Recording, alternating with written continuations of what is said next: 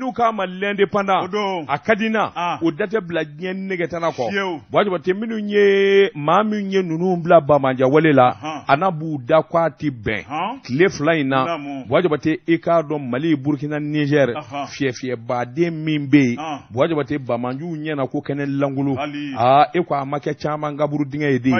Wajibate bolofara min n'o ye Bamanje jɛrɛjɛkuluw ye n'u k'a ma État islamique au Grand Sahara EIGS Wajibate i k'a dɔn maa min vara ye maa tɛ se k'a su dan k'a ban sɛbɛnnikɛla ko dingɛ de tigɛra k'u bɛ yuru ka t'u bila a kɔnɔ sabula a danni maa tɛ se sɛbɛnnikɛla ko i k'a dɔn u kun b'a fɛ ka janfan min kɛ sibiri don ka na dugujɛ dimanche tɛmɛnen na Wajibate i k'a dɔn wulikajɔba kɛra jamana 3 in fɛ Bamanjuw k'u koro Wajibate i k'a dɔn a bɛ n'a fɔ ni wuluw talen don fɛlɛbɔ la a kɛra o kɛcogo de ye sɛbɛnnikɛla ko ayiwa min ye ayiwa camancɛ in ye jamana 3 in i k'a dɔn minnu saloba de bɛ kɛ Bamanjuw u k'a d'u fɛ ni armée jɛrɛjɛkulu 3 bɛɛ lajɛlen jɛra ka kunnafoniw di ɲɔgɔn ma ka fanga fara ɲɔgɔn kan Wajibate i k'a dɔn a yan ka di yen ye ka sababu kɛ mun ye EIGS a nana dɔn k'a fɔ jɔnwala min ye Ander Bukani fanfɛla in ye maa min bara ka munumunu yen yɔrɔ in na ka taa bila Menaka région na Wajibate i k'a dɔn ani Niger dugukolo ni ɲɔgɔn cɛ dugu min n'u k'a ma ko Abala a ka ca maa 1000 ye Wajibate i k'a dɔn munumunu salo bolo kan i k'a dɔn sɔrɔsiw sɔrɔla ka hida k'a ɲɛfɔ ɲɔgɔn ye aw e bɛ nin yɔrɔ in minɛ nin bɛ taa nin bɔda in na Wajibate i k'a dɔn k'u gɛn ka kɛ ɲɔgɔn kan sɛbɛnnikɛla ko tuma min n'u gɛnna ka kɛ ɲɔgɔn kan Wajibate o ye hi kɛ k'u bɛ Burkina Faso sɛgɛrɛ Wajibate Burkina ni Niger ni ɲɔgɔn cɛ o kɔrɔyanfan fɛ i k'a dɔn awa kunbɛyɔrɔ dɔ bɛ yen u ko min ma boucle de Muhum Wajibate i k'a dɔn u bi camancɛ kolo yɛrɛ la frontière 3 in ni ɲɔgɔn cɛ Wajibate k'a dɔn maa 1000 kɔ u bɛɛ lajɛlen sina ka taa ɲɔgɔn sɔrɔ ye Wajibate yagadi yen ye sɛbɛnnikɛla ko hadamaden k'a bɔrɔndɔ u bololamina k'a sisi Wajibate i k'a dɔn Mali b'i sɔn Burkina b'i sɔn Wajibate i k'a dɔn Niger fana b'i sɔn sɛbɛnnikɛla ko buruburunin min n'olu kɔni sera ka hi kɛ k'u bi boli olu y'u kunda dugu min n'o ye Kunbiri o bɛɛ Burkina Faso mara la Wajibate u taara sɔrɔ Burkina sɔrɔsiw fana olu mɔnɛnen don k'u kɔnɔ olu y'o tɔ ni tɔtɔ k'olu fana daji sɛbɛnnikɛla ko a ko nin gunbɛn in ani nin wulikajɔ min kɛra sɔrɔsi jɛrɛjɛkulu 3 fɛ ka ɲɛsin EIGS ma Wajibate hali ni u ka maa ma ban i k'a dɔn jamaba kɔni ma to bilen ka sababu kɛ Wajibate min ko ni wulikajɔ ni jateminɛ faali kɔni bi ni ka dugu la kosɛbɛ min fana y'o hakilina kelen Wajibate o harabatɔ i k'a dɔn ayiwa Cadi sɔrɔdasi minnu kun bɛ Mali kɔnɔ n'o olu y'a ɲini k'a fɔ u bi t'u ka mobili u bi tɛmɛ Niger fɛ u harabatɔ n'olu taara kari ɲɔgɔn na u taara bi olu ka maa wɔɔrɔnin tora sɛbɛnnikɛla ko Wajibate an ko ni an bɛ min kan k'a kɛ bi nin jamana 3 sɔrɔsikuluw ka lakana kɔnɔ Wajibate EIGS k'a daminɛ Wataguna Fata Wajibate i k'a dɔn o min bɛ camancɛ la camancɛ min n'a bɛ frontière 3 in gofɔ Wajibate i k'a dɔn u y'a kɛnɛ fura k'a ban e ko maa yɛrɛ b'a la bilen Bamaji la de ye nin kun ye sɛbɛn ye an ye min bɔ Nouvelle Horizon kɔnɔ indépendant kɔnɔ safurula a ka bi bɔli la Nouvelle Horizon ɲɛdankura sɛbɛnnikɛla karamɔgɔ tɔgɔ ye ko Jibril Keita Jibril ko Jibril karamɔgɔ Dabatungara a ko min ye CSP ye e k'o ma kɛ bariko langolo ye de sɛbɛnnikɛla ko karamɔgɔ Dabatungara min ye Bamanju ka tɔnbolo dɔ kun sigilen bɛ u y'a lajɛ ni ka kɛ jamakulu kelen ye maa o maa ko marifa tan bɛ ka da u disi la karamɔgɔ Dabatungara u y'a kanu ni ka fara ɲɔgɔn kan sɛbɛnnikɛla ko maa min ye laɲini kɛ o de ye SEMA n'o ye coordination des mouvements de l'Azawadi karamɔgɔ Dabatungara ni ka tɔgɔ in tɔgɔ da ko cadre stratégie permanent sɛbɛnnikɛla ko a ko cadre a ka laɲini ye fɛn jumɛn ni fɛn jumɛn ye ni k'u ka kɛlɛcɛw k'u kologirinya k'u ka laɲini fɛnw k'o kɛ sɔrɔ fɛn ye karamɔgɔ Dabatungara ni k'u sago n'u dungo bɛɛ lajɛlen sɔrɔ ɲɔgɔn fɛ a ko n'i y'a lajɛ karamɔgɔ Dabatungara min ye SEMA maaw ye danna juguya mun bɛ olu la i b'a ye k'a fɔ min kɔni u jɛɲɔgɔn kɔni ye a lajɛ sa ni k'u kɔ kɛ bɔ ye k'olu hakili la ko mugu don olu t'a dɔn ko kolokadi don sɛbɛnnikɛla ko karamɔgɔ Dabatungara n'i ye ko taabolo lajɛ min ye nin jɛrɛjɛkulu n'o ye cadre stratégie permanent ye i b'a ye k'a fɔ olu kɔni ye wulikajɔ kɛ wulikajɔ in ma sɔrɔ dɔwɛrɛ fɛ o de ye min ye bɛri ye Mali kɛlɛkɛcɛw kɔni y'u bolo ta ka da MINUSMA ka kan kan tuma min na o kɔni olu ye ŋɛɲɛ ɲimi o ma se ka bɛn olu ma abada min ye wulikajɔ ye k'a yira k'a fɔ jamana gouvernement la karamɔgɔ Daba Tunkara ko kɛlɛ kɔni nin y'a wulilen k'a ɲɛsin faso Maliba ma ko ni Mali sigilen don ko Mali ka wuli k'i jɔ ko nin kɔni guerre kɔni o de wulilen ani ɲɔgɔn cɛ sɛbɛnnikɛla ko a ko min kɔni ni kɛlɛbolow ye karamɔgɔ Daba Tunkara maa minnu ye tigɛnɔbila kɛ min ye san 2015 ye n'o ye accord de paix d'Alger ye i b'a ye k'a fɔ olu ka ca la fo k'a dama tɛmɛ sɛbɛnnikɛla y'a yira k'a fɔ kɛlɛ min wulilen filɛ ka ɲɛsin Mali ma karamɔgɔ Daba Tunkara min kɔni ye Tuaregu n'o ye burudamɛw ye olu ka jɛrɛjɛkulu dɔ bɛ olu kɔni y'u fosi ka bɔ a la k'olu kɔni bɛ kɛlɛ fɛ san nka k'olu tɛ kɛlɛ kɛ k'a ɲɛsin fa jamana ma sɛbɛnnikɛla ko a ko min ye gaca maaw ye olu fana ko k'olu b'u ka laɲini kɛ nka olu t'u ka jamana ka sigi a sentigɛ kɔnɔna la o tuma min ye Sema a n'a tɔw ye sɛbɛnnikɛla yira k'a fɔ maa minnu bɛ n'olu ka girin kosɛbɛ n'o ye EMSA ye karamɔgɔ Daba Tunkara i b'a ye k'a fɔ olu fana nana lajɛ n'a dun ma k'a fɔ ko Sema bɛ danna juguya la o tuma k'a kɛlen k'a kɛ k'a n'olu jɛma kan tɛ sɛbɛnnikɛla ko a ko n'i ye olu ka secrétaire général lajɛ o de ye député kɔrɔ ye n'o ye Mohamed Ould Mantali ye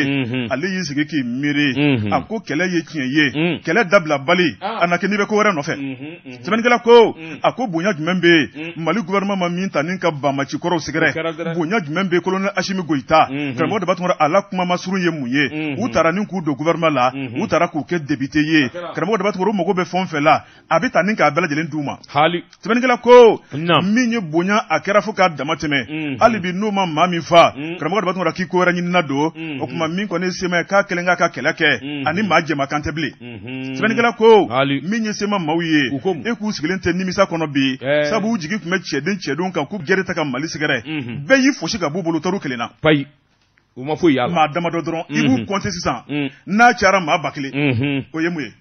sɛbɛnnikɛla ko karamɔgɔ Daba Tunkara maa minnu yɔli ka b'u la olu kɔni y'a yira k'a fɔ olu bɛ sigikafɔ de fɛ sabu sigikafɔ ye damu ye o tuma Mali ye laɲini min kɛ k'an ka sigi ka fɔ karamɔgɔ Daba Tunkara olu kɔni labɛnnen don Mali gouvernement minnu olu wele waati o waati olu na boli ka Mali gouvernement ka laɲini sɛgɛrɛ min b'a to an ka jamana bɛ se ka basigi sabu ko jamana wɛrɛ t'an bolo Mali kɔ mun na an bɛ kɛ jugu ye ni k'an ka jamana ci karamɔgɔ Daba Tunkara k'olu da t'a la bilen u sen t'a la bilen k'olu bɛ fasoden ɲumanya hakilina de kɔ kunnafoni filɛ an ye min bɔ Nouvelle Horizon kɔnɔ Jibril Keyita ale ka sɛbɛnni don Bojibate min bɔ ni Daba Tunkara n bala cogo bɛ di Bojibate ne bɛ n bolo kari ka don min bɔ ni sɛbɛn ye sɛbɛn min n'u k'a ma info matin sɔgɔmada la kunnafoni Christelle Jalani Christelle kɔnɛ nin y'a ka fatiri ye Bojibate k'a dɔn ŋunungunu barika bonyana i k'a dɔn awadakolo ni baramakolo mankan cayalen bɛ kabini don min n'a kɔni fɔra jamana ɲɛmaaw fɛ ko min ye voté don ye i k'a dɔn a bɔra dɔgɔkɔrɔ ni ka dɔɔnin fara a kan o kuma in kɔni fɔ barakolo a bɛɛ lajɛlen bi laban na ko in yɛrɛ ye mun ye dɛ sɛbɛnnikɛla ko a ko cɛ min n'a bɛ commission loi nationale de transition CNT n'o ye Solomani D i k'a dɔn ale kumana kunungo min ye jamana voté fɔn fɔn n'o kan ka kɛ yɛlɛma kura min don n'a na Bojibate k'a dɔn a ye kuma in fɔ k'a perepere latigɛ faamuyali ka se ka na a ko min farala kan Bojibate donfɔlen a tɛ tɛmɛ kalo 3 yɛrɛ kan koyi Bojibate k'a dɔn o lama a n'o wuli ka jɔ kun ni ko sɔgɔmada in na ni ko sisan an ka voté kɛ minnu min mankan n'u tɛ foyi sɔrɔ 1%. Mais non, mais vraiment, ce pays-là, c'est compliqué. 0%. Amena Nyoyo. A voté kake. Transition kapa. O koni a dokera sa. A Diana. Na fɔra ko voté kake so daro to fo soro. Mais Amena Nyoyo. Bojibate sɛbɛnnikɛla ko a ko min ye Solomani D Solomani ko a ko olu minnu bɛ commission loi kunna CNT kɔnɔ olu ka wuli ka jɔ ni jateminɛ u ye hakilina jagabɔ kɛ tiɲɛna min ye février kalo tile 4 a n'a tile 18 san 2024 o de kun fɔra min ye voté u ye Bojibate i k'a dɔn dɔɔnin faralen a don kan kalo 3 dama i k'a dɔn n'i y'a jateminɛ a tɛ tɛmɛ o kan Solomani ko nin bɛɛ kun kun de ye baara in ka se ka kɛ ka ɲɛ a ka dafa min b'a to awɔ politiki ma ŋanamu kana don yɔrɔ sɔrɔ u kana namara kuma sɔrɔ u kana ngalonda yɔrɔ sɔrɔ camancɛ fanga na bon jabate ni maa min ye jamana vote ta k'a lajɛ koba don ka sababu kɛ jamanaden bɛɛ lajɛlen kɔnɔnama ni kɔfɛlama bɛɛ k'i ka maa sugandi a ko n'i ye votew ta k'u lajɛ u bi bɔ ɲɔgɔn fɛ kelen dɛ kɔsa in na min kɛra o ye référendum de ye bon jabate k'a dɔn o labɛn nana kɛ kɛcogo min na a fɔra ko sɛbɛnfura fɛn o fɛn bɛɛ ni bugunatigɛ sɛbɛn don o bɛɛ lajɛlen bɛ se k'i yamaruya i ka vote nka min ye président vote nataw ye bon jabate ni kɛcogo jɔnjɔn ma sɔrɔ a baara bolo a n'a sɛbɛnfura lak'i ka bɛɛ lajɛlen ka sɔrɔ tɛgɛ la bon jabate k'a dɔn ni sɔrɔsiw ye nin vote in labɛn bon jabate mɔɔw na kuma yɔrɔ sɔrɔ janko politiki a maajugu u n'a fɔ a ye tiɲɛ don dɛ min kɔni sɔrɔlasiw ye a kelen kelen bɛɛ lajɛlen vote ko fila fila kɛ sabula sɛbɛnfura jɔnjɔn de sɛbɛnnikɛla ko kisi ka ko ma bon jabate k'a dɔn lawale la min ye malidenw yɛrɛ bila ɲɔgɔn na ka tigɛna don mɔgɔw ni ɲɔgɔn cɛ vote kɛko ɲuman ani sɛbɛnfura latika ɲuman min bɛ se k'a to mɔɔw bi sugandi awa bil haki kɔnɔ ani tarafatani yɛrɛ o kutumu kɔnɔna na a ko vote minnu bɛna kɛ maa sigi sugandi don bon jabate maa de bɛ jira président députéw ka taa se vote kabila tɔ fɔ fɔ ma maa dɔ de bɛ sugandi bon jabate maa kelen t'i kanbɔ koyi jama de b'i kanbɔ fɛn in nɔfɛ min ka jama mana caya fo ka da la ka dengane n'a ye k'a fɔ de n'i y'a ye karisa gagnéna mɔɔw de y'a ta a ka jama ka ca da ye bon jabate o bi sɔrɔ min na o ye vote kɛ sɛbɛn lakika ye tile kelen tile fila kalo saba bon jabate k'a ye dɔn yalima o bɛ mun de yɛlɛma a bɔ vote kɛcogo la a ko kuma bon jabate k'a dɔn kolokalakan min bɛ politigimɔɔw da girin ka jɔ i k'a dɔn yɛrɛ samusama na bon jabate i k'a dɔn a bɛɛ lajɛlen ye naamu gansan nin kun ye sɛbɛn ye Christelle Kone ka sɛbɛn don an ye min bɔ info matin kɔnɔ sɔgɔmada la kunnafoni l'indicateur de renouveau maa min ka sɛbɛnni don karamɔgɔ tɔgɔ ye Yakuba Dumbuya Yakuba ale fana kumana min ye ni kalafili ko kelen kan a ko jamana ministre de l'administration territoriale karamɔgɔ dɔ b'a tun bɔra ni ka kibaruya min na se jamanadenw ma e ko o kuma in bɛnna min ye appel du 20 février maa o maa de sɛbɛnnikɛla ko a ko n'i ye jateminɛ kɛ nin tɔnbolo ye karamɔgɔ dɔ b'a tun parti politique ka taa bila min ye association na u bɛɛ lajɛlen jɛra ni k'u wakili kɛ kelen ye janko Mali kunkanko kuma u bɛ se k'u jɔyɔrɔ fa cogo min na a ko n'i y'u ka tɔn in lajɛ coordination des organisations des appels du 20 février 2023 karamɔgɔ dɔ b'a tun sauver pour le Mali a ko n'i ye nin tɔn in lajɛ karamɔgɔ dɔ b'a tun olu kɔni ko k'olu sigi ka ministre lamɛn n'o ye colonel Ablaye Maïga ye olu tun bolo Ablaye Maïga bɛna min ta ka malidenw sɛgɛrɛ o de ye ko kalafili bɛna kɛ a waati la sɛbɛnnikɛla ko kalafili bɛna kɛ a waati la min tun fɔra malidenw ye bɛnkan kɔnɔ Mali ale ni communauté internationale sɛbɛnnikɛla ko Mali bɛ gɛlɛya mun na kalafili kan ka kɛ ni kalafili ta sɛbɛn minnu ye wulikajɔ kura minnu bɛ ka kɛ nin waati la karamɔgɔ dɔ b'a tugura ninnu kɔni y'a yira k'a fɔ n'o ye appel du 20 février kan ka taa mago la ko Mali démocratie karamɔgɔ dɔ b'a tugura k'o taara otage la tuguni sɛbɛnnikɛla ko a ko olu kɔni sɛbɛkɔrɔ kɔrɔtɔlen bɛ sabu n'i y'a lajɛ bɛnkan don karamɔgɔ dɔ b'a tugura jamana ɲɛmaaw k'olu yɛrɛ de ye kuma in ta ka faso denw sɛgɛrɛ karamɔgɔ dɔ b'a tugura min ye transition bɛ sigi don min na u y'a yira k'a fɔ kalo 18 o bɔlen kɔfɛ karamɔgɔ dɔ b'a tugura an bɔr'o la an nana bila san 3 la a ko min ye hali bi transition ma kuncɛ ban mun ni mun de b'a ko in kɔfɛ k'olu haminen don olu jɔrɔlen don sɛbɛnnikɛla ko a ko min ye nin tɔnbolo maaw ye karamɔgɔ dɔ b'a tugura u y'a yira k'a fɔ olu kɔni tɛ n'u sigi ka nin kuma in lajɛ olu ka wuli ka jɔ olu ka yira yirana olu ka jatigɛ karamɔgɔ dɔ b'a tugura n'i y'o lajɛ o tuma min kɔni kalafili e ko a na se ka kɛ tuguni de sabu n'i y'a lajɛ min ye bɛɛjɛ fanga ye n'a dun ma k'a fɔ ko donna jamana kɔnɔ o tuma kalafili kan ka kɛ a ko min kɔni ye kalafili min kan ka kɛ n'o ye masakɛ kalafili ye karamɔgɔ dɔ b'a tugura bɛnkɛra min kan n'o ye tako fɔlɔ ye o de ye février kalo tile 4 san 2024 ye ni tako filanan yera la o y'a tile 18 ye a ko min ye ni kalafili don 2 ye nin bɛɛ lajɛlen kɔni taara ni k'a bila kɛrɛfɛ k'a yira k'a fɔ ko majɛ minnu bɛ f'olu ka ɲɛnabɔ o tuma kulu bɛna ɲininkali de kɛ don jumɛn na majɛw bɛna ɲɛnabɔ o tuma k'o ɲininkali to min kunnafoni filɛ an ye min bɔ indicateur de renouveau kɔnɔ u ka bi bɔli don bon jabate ne bɛ n bolo kari ka don n bi bɔ ni sɛbɛn ye sɛbɛn min n'u k'a ma nouvelle horizon ɲɛdankura o don bon jabate k'a dɔn ni ko mɛnna a ɲɛna dɔn min ye jate ye sɛgɛsɛgɛli ani ɲininkali sariyatigiw fɛ yen bon jabate k'a dɔn cakɛda bɛɛ ka di bi fo n'a kɛra énergie du Mali SA bon jabate k'a dɔn ayiwa min ye ɲɛmaa ɲɛmaa ye wajibate a bɛɛ lajɛlen de bara ka wele kelen kelen ni ka t'u ɲininka poli économique et financier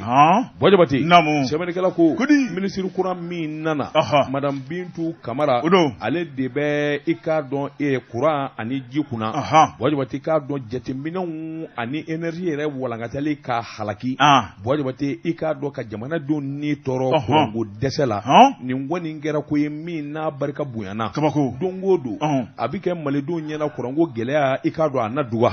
baarakɛla minnu dalen bɛ énergie ɲɛmaaya la wajibate i k'a dɔn nin gɛlɛya damadɔ min ani nin kurantigɛ in yalama gansan don wa Bilhak vérificateur général o ye sɛgɛsɛgɛli jɛrɛjɛkulu ye min kun delila ka jate caman bɔ énergie kunna k'a ye k'a fɔ majɛ ani fiɲɛ caman bɛɛ a fiɲɛw ni majɛ yɛrɛ bɛ tali kɛ ka ɲɛsin wariko de la wajibate k'a dɔn courant tɛ sɔrɔ wari kɔ groupe tɛ taama wari kɔ groupe yɛrɛ tɛ sɔrɔ wari kɔ wajibate jateden caman de kelen bɛ ka ɲɔgɔn jɛ ye minisiri kura nani wajibate k'a dɔn jɛkulu dɔ sigira u ko min ma cadre stratégique pour la relance économique et le développement durable CRFDD 2016-2018 olu ye hakilina minnu da hakilina kolo girinba kun do jate ɲɛnama kun do wajibate min bɛ se k'a to gouvernement a bɛ jukɔrɔma don kɛ min kɔni ye jamana kuranko ye n'o ye EDEM ye wajibate i k'a dɔn walankata ni majɛ fɛn o fɛn bɛɛ a bɛɛ bɛ se ka fara ɲɔgɔn kan cogo min u kun ko san 2016-2019 o y'a dama maana ye 2019-2021 o y'a dama maana ye wajibate nka ko in kɔni kɛra n'a fɔ to bɛna nugu la sɛbɛnnikɛla ko kuranko dɛsɛ kuranko janfa barika nana bonya wajibate k'a dɔn jamanaden bɛɛ ye k'u y'u da kuranko kɛra i n'a fɔ saliba kalo n'a balila ka na denmisɛnw bi kule maakɔrɔbaw bi kule n'a tigɛra mɔgɔw b'a fɔ Bilhak an sigilen don nin a ko n'i y'a ta k'a lajɛ énergie yɛrɛ wajibate i b'a ye k'a fɔ bi jateden minnu kɔni sigilen don ɲɔgɔn kan miliyari 600 bɔɲɔgɔnko wajibate k'a dɔn o de kan ka kɛ sɔrɔ ye énergie yɛrɛ bɛ min sɔrɔ tuma na min ye wari bɔta ye miliyari 133 wajibate k'a dɔn o de kɛra dɛmɛ ye jamana yɛrɛ fɛ ka ɲɛsin énergie ka ɲɛtaa ma nin wariba kule in bɛɛ lajɛlen taara ka di cɛ minnu ma a wari taara min sɛbɛnnikɛla ko a dabakun kun ye jamanadenw ka yelenba sɔrɔ Asimu Goyita jamanakuntigi y'a se kɛ koyi wajibate sabula a ka sigi ka miiri ani hami jamana bi lafiya cogo min ani jamanadenw bi ayiwa i k'a dɔn fɛn duman sɔrɔ cogo min wajibate nin bɛɛ lajɛlen kɛra bolo nana ta ka da min kɔni ye société min ni u k'a ma centrale thermique Sogoli wajibate n'o bɛ pɛnkan ko fɔ i k'a dɔn awa Mohamedi ni a ka cɛkɛda in tɔn ye Sopam wajibate k'a dɔn wulikajɔ nana boloda k'a ye k'a fɔ min kɔni miliyari 21 ani kelen bɔɲɔgɔnko ye u taara u ka fa fɛ san 2019-22 wajibate EDEM SA a laban nana wulikajɔ boloda sɔrɔjɛ min bi kɛ fo miliyari 900 ani 9 a n'a kunkanfɛ wajibate k'a dɔn i b'a ye k'a fɔ vérificateur général labanna ni ka jate ye jate min bi t'i jɔ fo miliyari 1000 ani kɔ la sɛbɛnnikɛla ko nin ko in damanda tɛ taa abada sɛgɛsɛgɛli ni jateminɛ kɔ ni a ma ɲɛ k'a fɔ ko in yɛrɛ kɔni dɛsɛra wajibate k'a dɔn a gɛlɛyara fo k'a fɔ k'a to ten sɛbɛnnikɛla ko fiɲɛ in kɔni bɔra fantan 4 bɛɛ lajɛlen na ka sababu kɛ mun ye wajibate k'a dɔn cɛkɛda min n'o kan ka énergie yɛrɛ i k'a dɔn a ɲɛmaaso lajɛ ka kɔlɔsili kɛ o ye conseil d'administration ye wajibate k'a dɔn olu fana dɛsɛra fo k'a fɔ k'a to ten sabula fiɲɛ fɔli walima jalaki ni keleku minnu bɛ olu ɲɛfɔli wajibate k'a dɔn kalifa minnu kɛlen d'u ma k'o ɲɛfɔ a ɲɛ 40 kan wajibate o rapport sɛbɛn bɛɛ lajɛlen fana laban de kɛra langolo ye ka taa fara wariba kule kan ŋunuŋunu caman de y'a jira énergie yɛrɛ i k'a dɔn janfanba de taara ɲɛmaa minnu kun bɛ ka ɲɛsin cɛkɛda in ma wajibate k'a dɔn janfa in bɛ tali kɛ ka ɲɛsin fɛn fila ma taji min bi san ni ka kɛ i k'a dɔn gurupuw kɔnɔ wajibate k'a dɔn o taji caman de kɔni kɛra langolo ye sabula wari bi bɔ nka taji sanni ye nkalon ye wajibate u k'o de ma force facture o kɔrɔ ye mun ye wajibate u bɛ wari bɔ k'a dun k'a sɔrɔ taji ma san wajibate o tɛ kelen ye o k'i bɔ a la min ye awa groupe bondo baden minnu bi kura yɛrɛ yari n'o ye groupe électrogène ye olu minnu fana sana transition fɛ wajibate i b'a ye k'a fɔ u y'u da o fana kan sabula groupe 13 wajibate i k'a dɔn groupe kura sannen u bolo dɛ ka na essayer dɔrɔn k'a mɛnɛ dɔrɔn tasuma wulila k'a bɛɛ jeni k'a ban o b'a jira k'a fɔ nkalon don a bɛra sa miyato de ka kuma tɛ minɛ sogo bosoro la min ye Sanba Ben Musa Jakite Bɔjɔbate k'a dɔn ale énergie ɲɛmaa ye Bɔjɔbate kabini a bɛ kɛ don min parce que ale ye ingénieur ba ye a bɛ groupe ko ninnu ɲɛdɔn o ko ala kana ci nin groupe ninnu man ɲi koyi Bɔjɔbate n'a ma cogo dɔn nin groupe ninnu minnu filɛ nin k'a y'a san a groupe man ɲi hali dɔɔni nin se ka kɛ Mali ka baara kɛ Bɔjɔbate k'a dɔn awa don directeur min bɛ yen Seba Ba ye a bɛ se ko la Bɔjɔbate i k'a dɔn a ka janfa ani a ka ŋanamu kadara kɔnɔ a laban nana i k'a dɔn maa ma bɛ yen k'o bi kodɔn maa ma bɛ yen k'o bɛ se k'a ka gundo dɔn Bɔjɔbate a y'a bɛɛ lajɛlen gɛn ka bɔ awa cakɛda in ɲɛmaaya la a yɛrɛ kelen y'i sigi o n'a dakolo cira a na cɛ a kelen kun sɛbɛnnikɛla ko min ye énergie du Mali a directeur général kɔrɔ a tɛ kisi kaso ma Bɔjɔbate sabula wele min dalen don ka ɲɛsin baarakɛlaw ma u ye min ye u ye min mɛn Bɔjɔbate k'a dɔn awa kuranko dɛsɛra ka se hakɛ min ma a bɛɛ lajɛlen ɲɛ de bara ka ɲini saratigi minnu n'o ye pôle économique ye maa ti t'a ye abada Bɔjɔbate k'i bɛ lafiya o kɔfɛ nin kun ye sɛbɛn ye an ye min bɔ nouvelle réseau kɔnɔ ɲɛdankura karamɔgɔ ne bɛ